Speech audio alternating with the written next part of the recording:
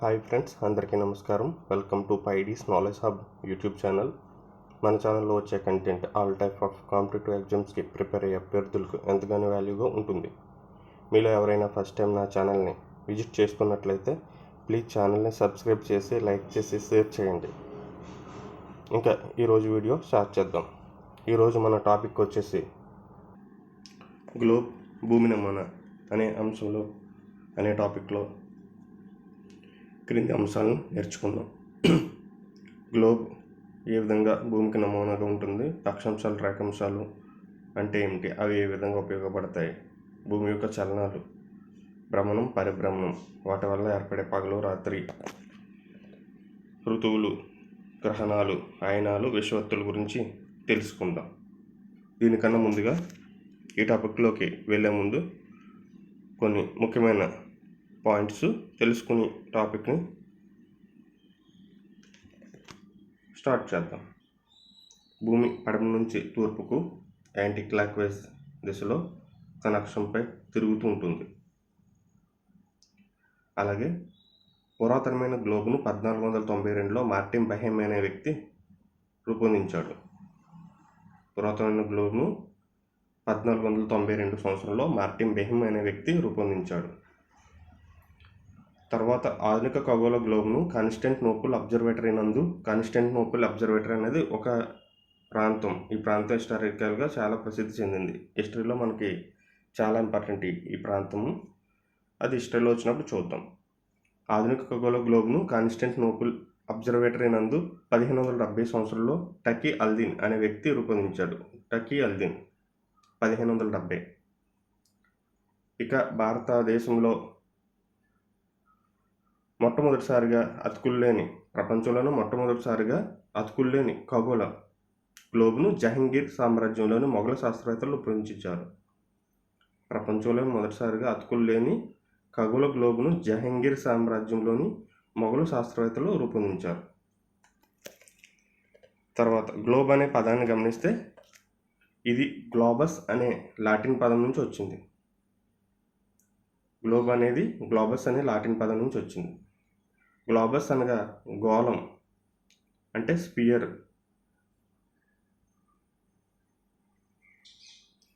మనం మొదటగా చెప్పుకున్నాము కదా, భూమి అనేది తన అక్షంపై తాను ఒక అక్షం ఆధారంగా తిరుగుతూ ఉంటుందని. ఆ అక్షం ఏ విధంగా ఉంటుందంటే తిన్నగా కాకుండా కొంచెం వంపుగా ఉంటుంది. తిన్నగా అంటే ఇలా ఉండాలి, స్ట్రైట్గా. కానీ అలా ఉండకుండా భూమి యొక్క భ్రమణం అక్షం కొంచెం వంగి ఉంటుంది. ఎన్ని డిగ్రీలు వంగి ఉంటుంది? 23.5 డిగ్రీలు వంగి ఉంటుంది. ఈ వంపుతో భూమి అత్యంత వేగంతో భ్రమణం చేస్తూ ఉంటుంది. ఈ వంపు వల్ల భూమి సూర్యుని చుట్టూ భ్రమణం చేస్తూ దీర్ఘవృత్తాకార కక్షలో తిరుగుతూ ఉంటుంది.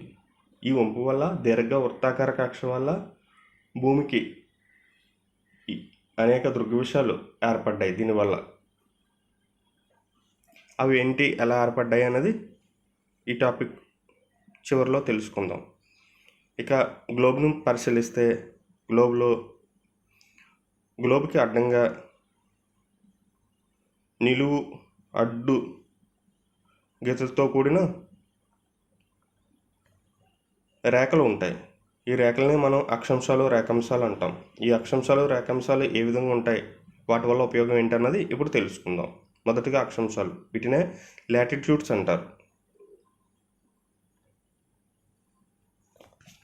అక్షాంశాలను లాటిట్యూడ్స్ అంటారు. మొదటగా భూమి మధ్య భాగంలో అడ్డంగా గ్లోబుని 2 సమాన భాగాలుగా చేస్తూ ఒక ఊహారేఖ ఉంటుంది. దీన్నే భూమధ్య రేఖ, ఈక్వేటర్ అంటారు. దీన్ని 0 degrees అక్షాంశం అని కూడా అంటారు. అంటే భూమి ఇలా ఉంటే భూమి మధ్యలో భూమధ్య రేఖ ఉంటుంది. ఇక్కడ 0 degrees వద్ద దీన్నే 0 degrees అక్షాంశం అని కూడా అంటారు. ఈ భూమధ్య రేఖకు ఉత్తరంగా మరియు దక్షిణంగా అనేక అక్షాంశాలు ఉంటాయి. అంటే భూమధ్య రేఖ ఈ విధంగా ఉందనుకుంటే 0 degrees, 1 degree, 2 degree, 4th degree, 5th అలా అండ్ సో 90 వరకు ధ్రువానికి వెళ్ళేసరికి 90 డిగ్రీస్ వరకు అక్షాంశాలు భూమి చుట్టూతా ఉంటాయి. ఇందులో ఇన్ని అక్షాంశాలు ఉన్నాయి. ఇందులో మనకి మరీ ముఖ్యమైనవి కొన్ని అక్షాంశాలు ఉన్నాయి. వాటిని తెలుసుకుందాం.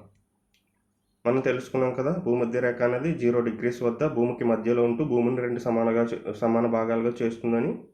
దానికి పైన 23.5 డిగ్రీల వద్ద కర్కట రేఖ అనేది ఉంటుంది. కర్కట రేఖని ట్రాపిక్ ఆఫ్ క్యాన్సర్ అని కూడా అంటారు. ట్రాపిక్ ఆఫ్ క్యాన్సర్ అంటారు. ఈ కర్కట రేఖకు కొంచెం ఉత్తర దిక్కుకు 66.5 డిగ్రీస్ వద్ద ఆర్కిటిక్ వలయం అనేది ఉంటుంది.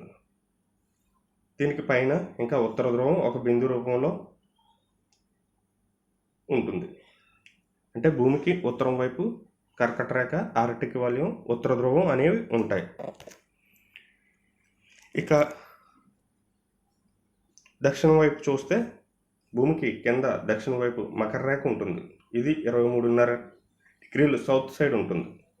అలాగే దాని కింద అంటార్కిటిక్ వలయం 66.5 డిగ్రీస్ వద్ద ఉంటుంది. తర్వాత దక్షిణ ధ్రువం బిందు రూపంలో 90 డిగ్రీస్ వద్ద ఉంటుంది. ఈ విధంగా భూమి యొక్క అక్షాంశాలు భూమధ్య రేఖ, కర్కట రేఖ, ఆర్కిటిక్ వలయం, ఉత్తర ధ్రువం, కిందకు వస్తే మకర రేఖ, అంటార్కిటిక్ వలయం, దక్షిణ ధ్రువం అనేవి ఉంటాయి. అక్షాంశాల సహాయంతో భూమి యొక్క వాతావరణ విభజనను అధ్యయనం చేయవచ్చు. అంటే అక్షాంశాల సహాయంతో వివిధ ప్రాంతాలలో వాతావరణం ఏ విధంగా ఉంటుంది అనేది తెలుసుకోవచ్చు. భూమి చుట్టూ ఆవరించున్న అక్షాంశాలు ఒక అక్షాంశం ఆవరించున్న ప్రాంతంలో సుమారుగా వాతావరణం ఒకే విధంగా ఉంటుంది. దీని ద్వారా ఒక అక్షాంశం చుట్టూ ఉన్న ఒక అక్షాంశం ఆవరించున్న ప్రాంతం యొక్క వాతావరణ పరిస్థితులు ఏ విధంగా ఉంటాయనేది అంచనా వేయవచ్చు. అక్షాంశాలు 0 నుంచి 90 వరకు ఉంటాయని తెలుసుకున్నాం కదా. అక్షాంశాలు అన్నీ సమాంతర రేఖలు, ఒకదాన్ని ఒకటి ఖండించుకోవు. అన్నీ వృత్తాలే. అంటే భూమికి ఇలా ఒక సైడ్ చూడడం వల్ల మనకి గీతల వల్లే కనిపిస్తాయి. కానీ భూమి ఉపరితలంపై ఊహారేఖలు, భూమికి ఉపరితలంపై గీసిన ఊహారేఖలు. సో ఇవన్నీ వృత్తాలే. ఒక్క దక్షిణ ధ్రువం, ఉత్తర ధ్రువం తప్ప అన్ని అక్షాంశాలు వృత్తాలే. ఇందాక తెలుసుకున్న గ్లోబ్ అనే పదం గ్లోబస్ అనే లాటిన్ పదం నుంచి వచ్చింది కదా. అలాగే లాటిట్యూడ్ అనే పదం కూడా లాటిన్ భాషా పదం నుంచి వచ్చింది. లాటిన్ భాషా పదంలో దీని అర్థం వెడల్పు, మందం, పరిధి, పరిమాణం. లాటిట్యూడ్ అంటే లాటిన్ భాషా పదంలో వెడల్పు, మందం, పరిధి, పరిమాణం. ఇక రేఖాంశాల గురించి తెలుసుకుందాం. లాంగిట్యూడ్స్. అక్షాంశాలు భూమికి అడ్డంగా ఉంటే రేఖాంశాలు భూమికి నిలువుగా ఉంటాయి. అంటే ఉత్తర ధ్రువం నుంచి దక్షిణ ధ్రువానికి కలిపే రేఖలు ఇవి సమాంతరంగా ఉండవు. అక్షాంశాలు సమాంతరంగా ఉంటే రేఖాంశాలు సమాంతరంగా ఉండవు. రేఖాంశాలు ఏ విధంగా ఉంటాయన్నది తెలుసుకుందాం. రేఖాంశాల్లో ముఖ్యమైనది ప్రామాణిక రేఖాంశం, 0 డిగ్రీస్ రేఖాంశం. దీన్నే గ్రీనిచ్ రేఖాంశం అని కూడా అంటారు. ఇది భూమిని 2 అర్ధగోళాల కింద నిలువుగా వేరు చేస్తుంది. దీనికి తూర్పు వైపు ఉన్న అర్ధభాగాన్ని తూర్పు అర్ధగోళం, ఈస్టర్న్ హెమిస్ఫియర్ అంటారు. పశ్చిమ వైపు ఉన్న దాన్ని వెస్ట్రన్ హెమిస్ఫియర్ అంటారు. 0 డిగ్రీస్ నుంచి 180 డిగ్రీస్ వరకు ప్రామాణిక రేఖాంశం నుంచి తూర్పు వైపుగా అనేక రేఖాంశాలు ఉత్తర ధ్రువం నుంచి దక్షిణ ధ్రువం వరకు గీయబడి ఉంటాయి. ఇవి కూడా ఊహారేఖలే. ఇవి సమాంతర రేఖలు కాదు. ఇవి ధ్రువాల వద్ద కలుసుకుంటాయి. ఈ ప్రామాణిక రేఖాంశం భూమిని 2 భాగాల కింద విడదీస్తుంది. అది తూర్పు అర్ధభాగం, పశ్చిమ అర్ధభాగం అని తెలుసుకున్నాం కదా. ప్రామాణిక రేఖాంశం నుండి తూర్పు భాగంగా 180 డిగ్రీస్ వెళ్తే వెనుక దీనికి అపోజిట్లో వెనుక భాగంలో 180 డిగ్రీల మరొక రేఖాంశం కనిపిస్తుంది. దీన్ని తూర్పు రేఖాంశం, 180 డిగ్రీల తూర్పు రేఖాంశం అని అంటాం. అదేవిధంగా పశ్చిమ అర్ధగోళం పశ్చిమ వైపు 0 degrees నుంచి 180 degreesలకు వెళ్ళేసరికి దీనికి ఆపోజిట్లోనే మళ్ళీ 180 degrees అదే రేఖాంశం కనిపిస్తుంది. ఇప్పుడు దీన్ని పశ్చిమ రేఖాంశం అని అంటాం. గమనిస్తే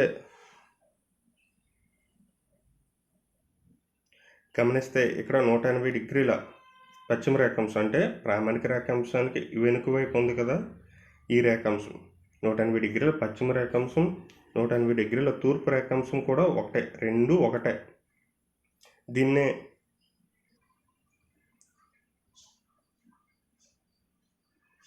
మనము 180 degrees అంతర్జాతీయ దినరేఖ, ఇంటర్నేషనల్ డేట్ లైన్ అంటారు. ఇంటర్నేషనల్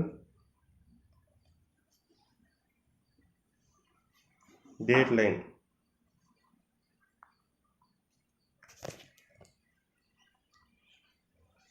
అక్షాంశాలు, రేఖాంశాల సహాయంతో ఒక ప్రాంతం యొక్క ఖచ్చితమైన ఉనికిని, సమయాన్ని, శీతోష్ణ స్థితిని తెలుసుకోవచ్చు.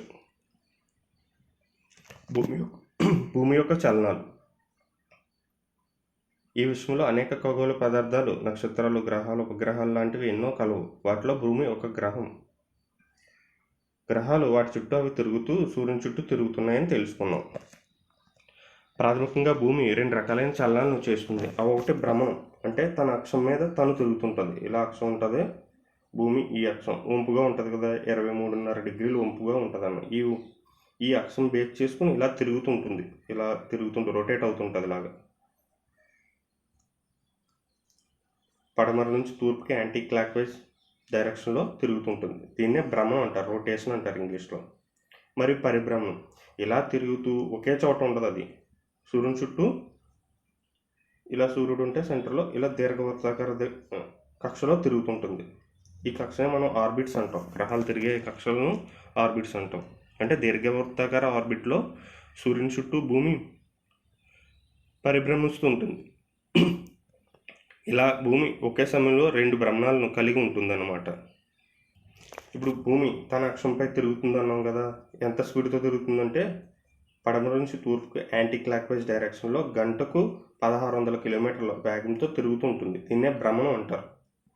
అంటే భూమి వేగం తిరిగేటప్పుడు, తన అక్షం వెంబడి తిరిగేటప్పుడు గంటకు 1600 kilometers వేగంతో తిరుగుతూ ఉంటుంది. దీన్నే భూభ్రమణం అంటారు. భూభ్రమణం వల్ల రాత్రి పగలు ఏర్పడతాయి. అంటే భూమి తన అక్షంపై తిరిగేటప్పుడు సూర్యునికి ఎదురుగున్న అర్ధభాగం వెలుతురులో ఉండి మిగతా అర్ధభాగం చీకటి ప్రాంతంలో ఉంటుంది. వెలుతురులో ఉన్న ప్రాంతాన్ని పగలుగాను, చీకటిలో ఉన్న ప్రాంతాన్ని రాత్రిగాను పిలుస్తారు. భూమి తిరగడం వల్ల 1610 kilometers వేగంతో తిరగడం వల్ల చీకటిలో ఉన్న ప్రాంతం వెలుతురులోకి వస్తూ, వెలుతురులో ఉన్న ప్రాంతం చీకటిలోకి వెళ్తూ ఉంటుంది. ఈ విధంగా మనకి రాత్రి పగలు సంభవిస్తూ ఉంటాయి. మరి ఎంతసేపు ఉంటుంది ఒక రాత్రి, ఒక పగలు, ఒక డే అనేది? అంటే భూమి ఒక పూర్తి భ్రమణం చేయడానికి పట్టే సమయం ఎంత ఉంటే మనకి ఆ సమయం కూడా అంతే ఉంటుంది. దీన్ని సుమారుగా ఒక రోజు అని మనకు తెలుసు. కానీ ఎగ్జాక్ట్గా చూస్తే భూమి ఒకసారి తన చుట్టూ తను తిరిగి రావడానికి, అంటే ఒక భ్రమణం చేయడానికి 23 గంటల 56 నిమిషాల 49 సెకండ్లు. 23 గంటల 56 నిమిషాల 4.09 సెకండ్లు సమయం పడుతుంది. అంటే ఇది సుమారుగా మనం ఏమంటాం, 24 గంటలని అంటాం. తర్వాత భూ పరిభ్రమణం, రెవల్యూషన్ అంటారు. భూమి తన అక్షంపై తిరుగుతూ సూర్యుని చుట్టూ తిరుగు రావడాన్ని భూభ్రమణం అంటారు. అంటే దీర్ఘవృత్తాకార కక్షలో తిరుగుతుంది కదా సూర్యుని చుట్టూ భూమి, దీన్ని భూ పరిభ్రమణం, రెవల్యూషన్ అంటారు. భూమి సూర్యుని చుట్టూ తిరిగే నిర్ణీత మార్గాన్ని కక్ష అంటారు. దీర్ఘవృత్తాకారంలో ఉంటుంది. దీని పొడవు ఎంత? 965 మిలియన్ కిలోమీటర్లు. 965 మిలియన్ కిలోమీటర్లు. అంటే భూమి దీర్ఘవృత్తాకార కక్షలో తిరుగుతూ ఉంటుంది. ఈ కక్ష యొక్క పొడవు 965 మిలియన్ కిలోమీటర్లు. భూమి పరిభ్రమణానికి ఒక సంవత్సరం సమయం పడుతుంది. దీనికి కూడా ఎగ్జాక్ట్గా చెప్పాలంటే 365/1 365 1/4 రోజులు సమయం పడుతుంది. 1/4 రోజులు అనగా 365 రోజుల 6 గంటలు సమయం పడుతుంది. సాధారణంగా సంవత్సరంలో 365 రోజులు ఉంటాయి మనకు తెలిసి. ఈ 1/4 రోజులను 4 సంవత్సరాలకు ఒకసారి కలిపితే ఒక రోజు యాడ్ అవుద్ది కదా, 24 గంటలు, దాన్ని ఒక రోజు అంటాం. ఇలా యాడ్ అయిన ఒక రోజును అంటే 4 సంవత్సరాలకు ఒక రోజు యాడ్ అవుద్ది, అంతే కదా. అంటే సంవత్సరానికి 6 గంటలు యాడ్ అవుతుంది, అంటే 4 సంవత్సరాలకి ఒక రోజు ఎక్స్ట్రా వస్తుంది. ఆ ఎక్స్ట్రా రోజుని లీప్ సంవత్సరంలో యాడ్ చేస్తారు. అంటే సాధారణంగా మనకు సంవత్సరంలో 365 రోజులు ఉంటే లీప్ సంవత్సరంలో అనేది 366 రోజులు ఉంటుంది. దీన్ని ఫిబ్రవరి 28లో ఉండే సాధారణ సంవత్సరంలో ఫిబ్రవరిలో 28 రోజులు ఉంటే ఆ 28 తర్వాత 29వ రోజు కింద యాడ్ చేస్తారు. అందుకే మనకి ప్రతి లీప్ సంవత్సరంలో ఫిబ్రవరి 29 అనే ఒక రోజు అదనంగా వస్తుంది. ఇలా రావడం వల్ల ఏమవుద్ది, ప్రతి 4 సంవత్సరాలకి ఈ ఎడిషనల్గా వచ్చే 1/4 రోజులు అంటే 6 గంటలు మనకు ప్రతి 4 సంవత్సరాలకి ఒకసారి యాడ్ అయిపోయి నెక్స్ట్ సైకిల్లో మళ్ళీ కరెక్ట్గా అయిపోద్ది అనమాట. దానివల్ల మనకి సీజన్స్ ఇవి ఏమి మార్పు రాకుండా సంవత్సరం అంతరం కంటిన్యూ అవుతుంటాం. ఒకవేళ ఈ 1/4 రోజులు ప్రతి 4 సంవత్సరాలకు ఒకసారి యాడ్ చేయకపోతూ ఉంటే ప్రతి 4 సంవత్సరాలకు ఒక్కసారి ఒక రోజు యాడ్ అవుతుంటుంది. ప్రతి 100 సంవత్సరాలకు 100 రోజులు యాడ్ అయిపోద్ది.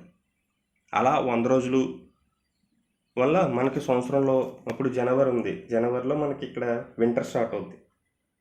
అది 100 రోజులు లేట్ అవుద్ది. అంటే మనకి ఇంకా సీజన్స్ కరెక్ట్గా మ్యాచ్ అవ్వవు మన క్యాలెండర్కి. ఈ ఎడిషనల్గా వచ్చిన 1/4 రోజుని మనం ప్రతి 4 సంవత్సరాలకు ఒకసారి కలిపేసుకోవడం వల్ల మనకి సంవత్సరంలో వచ్చే ఈ డేస్ మళ్ళీ ఎగ్జాక్ట్గా మ్యాచ్ అయిపోతాయి. భూభ్రమణం వల్ల ఇంకా అనేక విషయాలు ఏర్పడుతున్నాయని అనుకున్నాం కదా, అవి ఏంటో ఇప్పుడు చూద్దాం. యాక్చువల్గా భూమి తన అక్షంపై 23.5 డిగ్రీలు వంగి తిరుగుతుంది కదా. ఈ విధంగా భూమి దీర్ఘవృత్తాకార కక్షలో తిరుగుతున్నప్పుడు భూమి ఇటువైపు ఉన్న సమయంలో ఇలా వంగి తిరుగుతుంది. ఇప్పుడు భూమికి సూర్యునికి మధ్య దూరంలో భూమి ఉత్తర ధ్రువం సూర్యునికి దగ్గరగా ఉంటుంది, ఎందుకంటే వంగి ఉంది ఇటు సైడ్. చూడండి, ఇది కొంచెం దూరంగా ఉంటుంది, దక్షిణ ధ్రువం కొంచెం దూరంగా ఉంటుంది. అందువల్ల భూమి ఉత్తర ధ్రువంలో ఎక్కువ సూర్యకిరణాలు పడుతుంటాయి. ఉత్తర ధ్రువంలో అంటే ముఖ్యంగా భూమికి ఉత్తర ధ్రువం అనగా పైన, దక్షిణ ధ్రువం అనగా కింద అని మనం తెలుసుకున్నాం కదా. ఇప్పుడు ఈ వంపు వల్ల భూమికి సూర్యుడి నుంచి వచ్చే కిరణాలు ఈ కర్కట రేఖపై పడతాయి, ట్రాఫిక్ ఆఫ్ క్యాన్సర్ మీద పడతాయి. అంటే ఈ ఉత్తర ప్రాంతం ఎక్కువ ఉష్ణాన్ని గ్రహిస్తుంది. మరియు ఈ ట్రాఫిక్ ఆఫ్ క్యాన్సర్ ఆర్టిక్ వలయం ఉంటుంది కదా పైన, ఈ ఆర్టిక్ వలయం 90 డిగ్రీల ఉత్తర అక్షాంశం మధ్య 6 నెలలు పగలు ఉంటుంది. సో భూమి ఇక్కడి నుంచి ఇక్కడికి వచ్చే సమయాన్ని మనం వేసవి కాలం కింద పరిగణిస్తాం. దీన్ని వేసవి ఆయనంతం అంటాం. ఇది ఎప్పుడు జరుగుతుంది అంటే జూన్ 21 జరుగుతుంది. అంటే కర్కట రేఖ మీద సూర్యకిరణాలు నిలువుగా పడతాయి.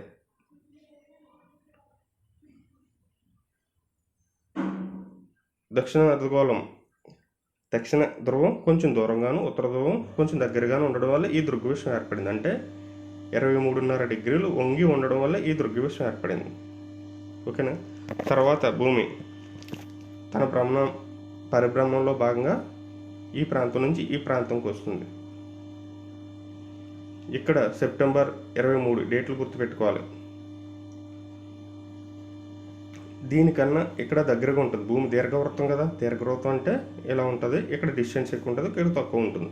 సో ఇక్కడ సూర్యకిరణాలు కర్కట రేఖపై కాకుండా భూమధ్య రేఖపై పడతాయి. ఇక్కడ ఎగ్జాక్ట్గా భూమధ్య రేఖపై పడతాయి. సో ఆ డేట్ గుర్తుపెట్టుకోండి, సెప్టెంబర్ 23. ఇక్కడ భూమధ్య రేఖ పైన సూర్యకిరణాలు పడడం వల్ల ఇక్కడ రాత్రి పగలు అనే సమయాలు ఈ ప్రాంతంలో ఉన్నప్పుడు భూమి మీద సమానంగా ఉంటాయి. సో వీటిని విషవత్తులు అంటారు. అలాగే మనకి శరదృతువు ఏర్పడుతుంది ఇక్కడ.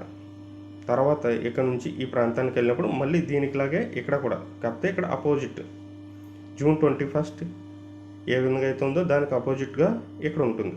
మనకి ఇక్కడ ఉత్తర ధ్రువంలో వేసవికాలం ఏర్పడినప్పుడు దక్షిణ ధ్రువంలో శీతాకాలం ఏర్పడుతుంది. ఓకేనా? అలాగే ఇప్పుడు సూర్యకిరణాలకు దూరంగా ఉన్న ప్రాంతం ఏంటి?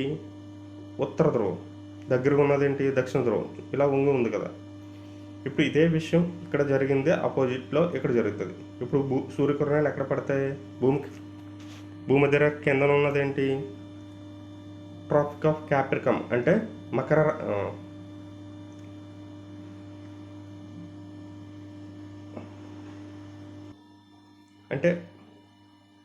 మకర రేఖ అంటాం కదా, ఇది కర్కట రేఖ.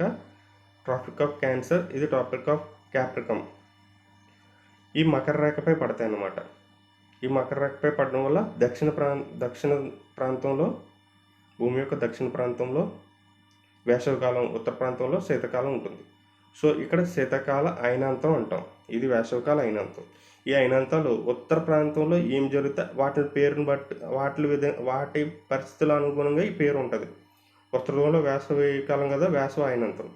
ఇక్కడ ఉత్తర ధ్రువంలో శీతాకాలం కదా, శీతాకాల అయినాంతం. అంటే దానికి ఆపోజిట్లో దక్షిణంలో వేసవికాలం ఉంటుంది. సో ఇది డిసెంబర్ 22న ఏర్పడుతుంది. అంటే సేమ్ ఇది ఒకటే. ఇక్కడ కర్కట రేఖ పైన సూర్యకిరణాలు నెట్టలుగా పడితే, కర్కట రేఖ అంటే పైది, భూమధ్య రేఖ పైన ఉన్నది. ఇక్కడ మకర రేఖ మీద ఇక్కడ పడతాయి. సో ఇక్కడ ఉత్తర ధ్రువం ఎక్కువ ఉష్ణోగ్రతను గ్రహిస్తే, ఉత్తర ధ్రువంలో వేసవికాలం ఉంటే, ఇక్కడ ఏమవుద్ది? దక్షిణ ధ్రువంలో వేసవికాలం ఉంటుంది. ఇది డిసెంబర్ 22.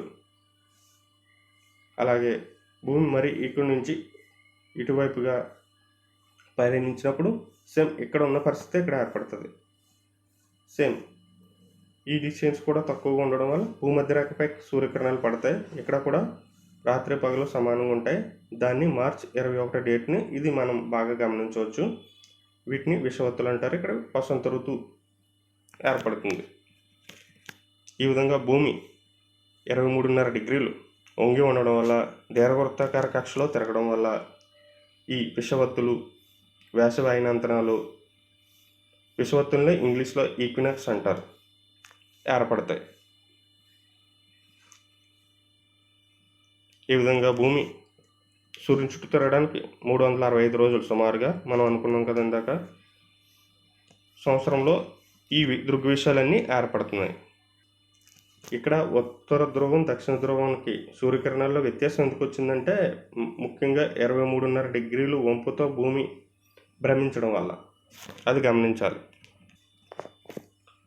భూమి సూర్యుని చుట్టూ దీర్ఘవృత్తాకార కక్షలో తిరుగుతున్నట్లు స్పష్టమవుతుంది. కక్ష అంతటా భూమి ఒకే దిశలో వంగి తిరుగుతుంది. మళ్ళీ ఆ వంపు ఎక్కడ కూడా మారదు, కంటిన్యూగా అలాగే ఉంటుంది. అందువల్లే మనకి ఆ ఉత్తర ధ్రువం దక్షిణ ధ్రువం సూర్యకిరణాలు పడే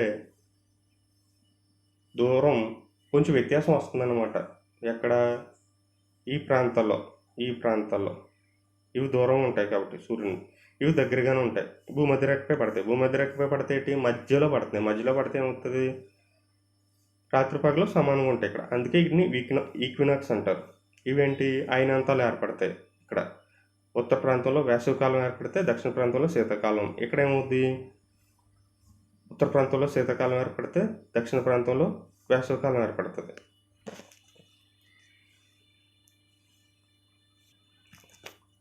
సాధారణంగా వేసవికాలం, శీతాకాలం, వసంతకాలం, శరదృతువులుగా విభజించారు. సూర్యుని చుట్టూ భూమి తిరిగే పరిస్థితుల్లో మార్పు రావడం వల్ల ఈ ఋతువులు ఏర్పడ్డాయి. మార్పు అంటే ఇలా వంపు ఉండడం వల్ల ఇది ఎక్కువ ఉష్ణాన్ని పొందుతుంది, ఇది తక్కువ ఉష్ణాన్ని పొందుతుంది. అదే ఇటు సైడ్ దీర్ఘవృత్త కక్షలో ఇక్కడైతే ఉత్తర ధ్రువం తక్కువ ఉష్ణాన్ని పొందుతుంది, దక్షిణ ధ్రువం ఎక్కువ ఉష్ణాన్ని ఉంటుంది. దీన్నే మార్పు అంటాం అన్నమాట. జూన్ 21 తేదీన ఉత్తర ధ్రువంలో వంగి ఉన్నట్లు మీరు చూస్తారు. ఇందాక చెప్పుకున్న టాపిక్ ఇది. ట్రాఫిక్ క్యాన్సర్ మీద సూర్యకిరణాలు నెట్టనులుగా పడతాయి అనుకున్నాం కదా. జూన్ 24 అంటే ఇక్కడ ఈ ప్రాంతంలో ఉన్నప్పుడు జూన్ 21 ఎక్కువ ఉష్ణాన్ని గ్రహించి దక్షిణ అర్ధగోళంలో అదే సమయంలో దక్షిణ అర్ధగోళంలో ఏటవాలుగా పడటం వల్ల తక్కువ వేడిని గ్రహిస్తాయి. ఉత్తర ధ్రువం సూర్యుని వైపు వంగి ఉండడం వల్ల ఆర్టిక్ వలయం నుంచి కరెక్ట్ రేఖ పైన ఆర్టిక్ వలయం ఉంటుందని తెలుసుకున్నాం కదా. ఉత్తర ధ్రువం వరకు నిరంతరం 6 నెలలు పగటి కాలం ఉంటుంది. ఇది కూడా ఇంపార్టెంట్ పాయింట్. అంటే ఇక్కడ ఉన్న సమయంలో కరెక్ట్ రేఖ మీద సూర్యకిరణాలు నెట్టనులుగా పడితే కరెక్ట్ రేఖ పైన ఉన్న ఆర్టిక్ వలయం నుంచి ఉత్తర ధ్రువం వరకు 6 నెలలు పగలటమే ఉంటుంది. అలాగే ఇటువైపు కూడా మకర రేఖపై సూర్యకిరణాలు నెట్టనులుగా పడితే అంటార్టిక్ వలయం నుంచి దక్షిణ ధ్రువం వరకు 6 నెలలు పగలటమే ఉంటుంది.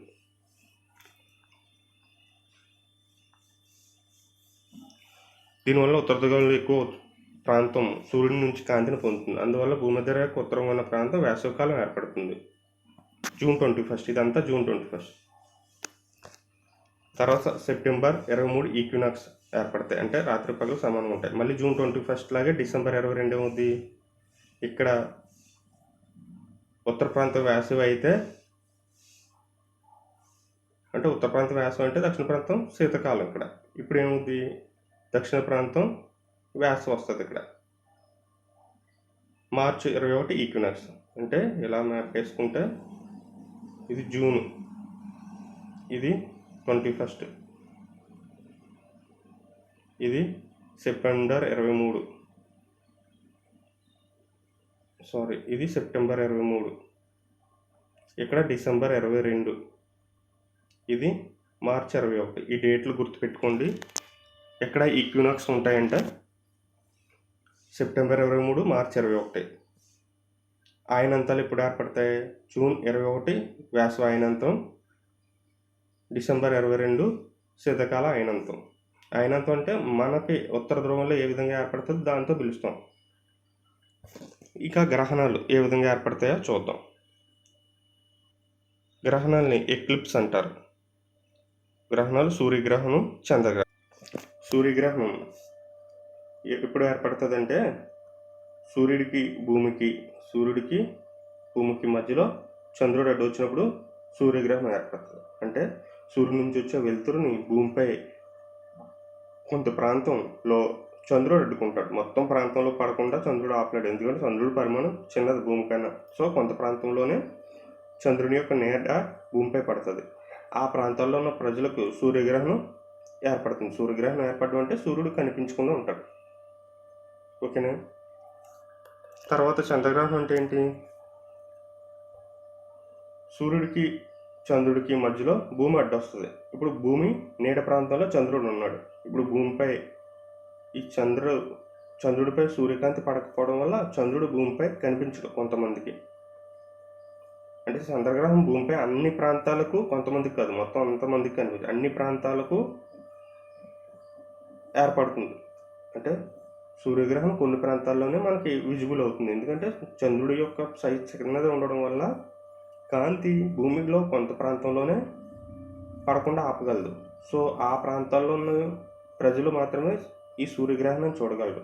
మిగతా ప్రాంతంలో ప్రజలకు సూర్యకాంతి పడుతుంది, సూర్యుని చూస్తారు, కానీ ఈ గ్రహం పరిస్థితిని వాళ్ళు గమనించలేరు.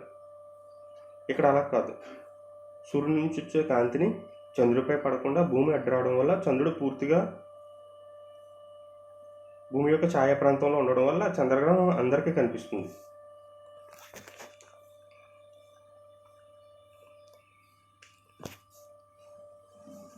సూర్యగ్రహణం ఎప్పుడు ఏర్పడుతుంది అంటే మూన్ అనేది సూర్యుడికి భూమికి మధ్యలో వచ్చినప్పుడు ఏర్పడుతుంది. అలాగే అమావాస్య రోజు ఏర్పడుతుంది సూర్యగ్రహణం. ఇది స్పెసిఫిక్గా కొన్ని ప్రాంతాల్లోనే కనిపిస్తుంది. ఎందుకంటే మనకి చంద్రుడు ఆపుతున్నాడు కదా భూమిపైన. ఇలా సూర్యుడు ఉంటే ఇక్కడ చంద్రుడు ఉన్నాడు, ఇది భూమి. ఈ చంద్రుడు కొంత ప్రాంతాన్ని మాత్రం ఆపగలడు. ఈ పైన ఉన్న వాళ్ళకి, ఈ ఛాయ ప్రాంతానికి బయట ఉన్న వాళ్ళకి సూర్యగ్రహణం ఏం కనిపించదు. అంటే స్పెసిఫిక్ ఏరియాలోనే సూర్యగ్రహణం కనిపిస్తుంది. ఎప్పుడు అమావాస్య రోజు ఏర్పడుతుంది.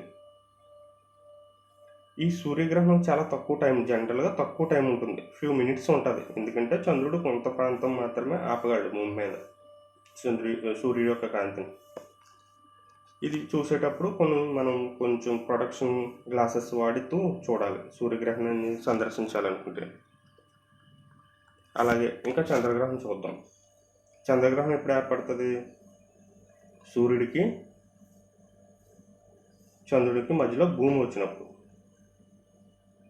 ఈ భూమి ఏం చేస్తుంది? సూర్యుడి నుంచి వచ్చే కాంతిని పూర్తిగా అడ్డుకుంటుంది. అందువల్ల చంద్రుడు మనకి కనిపించడు, ఛాయా ప్రాంతంలో ఉండిపోయి కనిపించడం. ఇది ఎప్పుడు ఏర్పడుతుంది? పౌర్ణమి రోజు ఏర్పడుతుంది చంద్రగ్రహణం.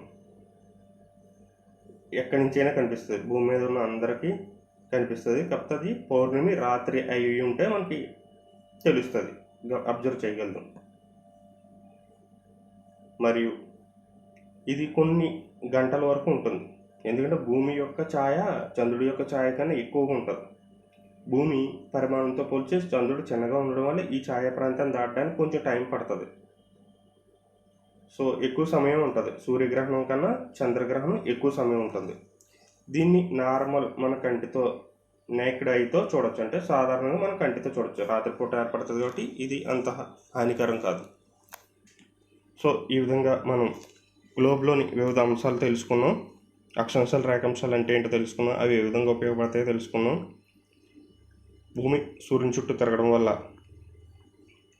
దీర్ఘవృత్తాకార కక్షలో తిరగడం వల్ల జూన్ 21, సెప్టెంబర్ 23, డిసెంబర్ 22, మార్చి 21 ఏర్పడే దృగ్విషయాలు తెలుసుకున్నాం. ఈ డేట్లు, ఈ దృగ్విషయాలు చాలా ఇంపార్టెంట్, గుర్తుపెట్టుకోవాలి. అలాగే వంపు తిరిగి ఉండడం వల్ల 23.5 డిగ్రీలు భూమి అక్షం 23.5 డిగ్రీలు వంపు తిరిగి ఉండడం వల్ల ఈ దృగ్విషయాలు ఏర్పడుతున్నాయి. మరియు ఆర్టిక్ వలయంలో నుండి ఉత్తర ధ్రువం వరకు 6 నెలలు పగటికాలం ఉంటుందని తెలుసుకున్నాం. ట్రాఫిక్ క్యాన్సర్ మీద సూర్యకిరణాలు నెట్టనులుగా పడతాయని తెలుసుకున్నాం. జూన్ 21 గురించే చెప్తున్నాను నేను. అదొకటి తెలుసుకుంటే మిగతా ఈజీ అని నేను దాని గురించే డిస్కషన్ ఎక్కువ చేశాను. అలాగే విషవత్తులు, ఈక్వినాక్స్ అంటే చెప్పాను. ఈ డేట్లు, ఈ పటం మన బ్రెయిన్లో ఉండాలి, ఈ మ్యాప్. ఓకేనా? ఇది ఈజీ. కొంచెం ఇది ఉంటే మనం ఈ టాపిక్ మీద కొంచెం ఎటువంటి బిట్ వచ్చినా మనం ఆన్సర్ చేయడానికి ఉంటుంది. అలాగే 365 రోజులు అనగా 1/4 రోజు మనకి ఎక్స్ట్రా ఉంటుంది. ఆ ఎక్స్ట్రా ఉన్న రోజును ప్రతి 4 సంవత్సరాలకి ఒకసారి లీప్ సంవత్సరాలు యాడ్ చేసుకుని దాన్ని సరి చేసుకుంటున్నాం మనం. అలాగే భూమి తన చుట్టూ తను తిరగడానికి అంటే భ్రమణం చేయడానికి, ఒక భ్రమణం చేయడానికి 23 గంటల 56 నిమిషాల 4 సెకండ్లు టైం తీసుకుంటుంది. అలాగే భూమి భ్రమణ వేగం 1600 km/h.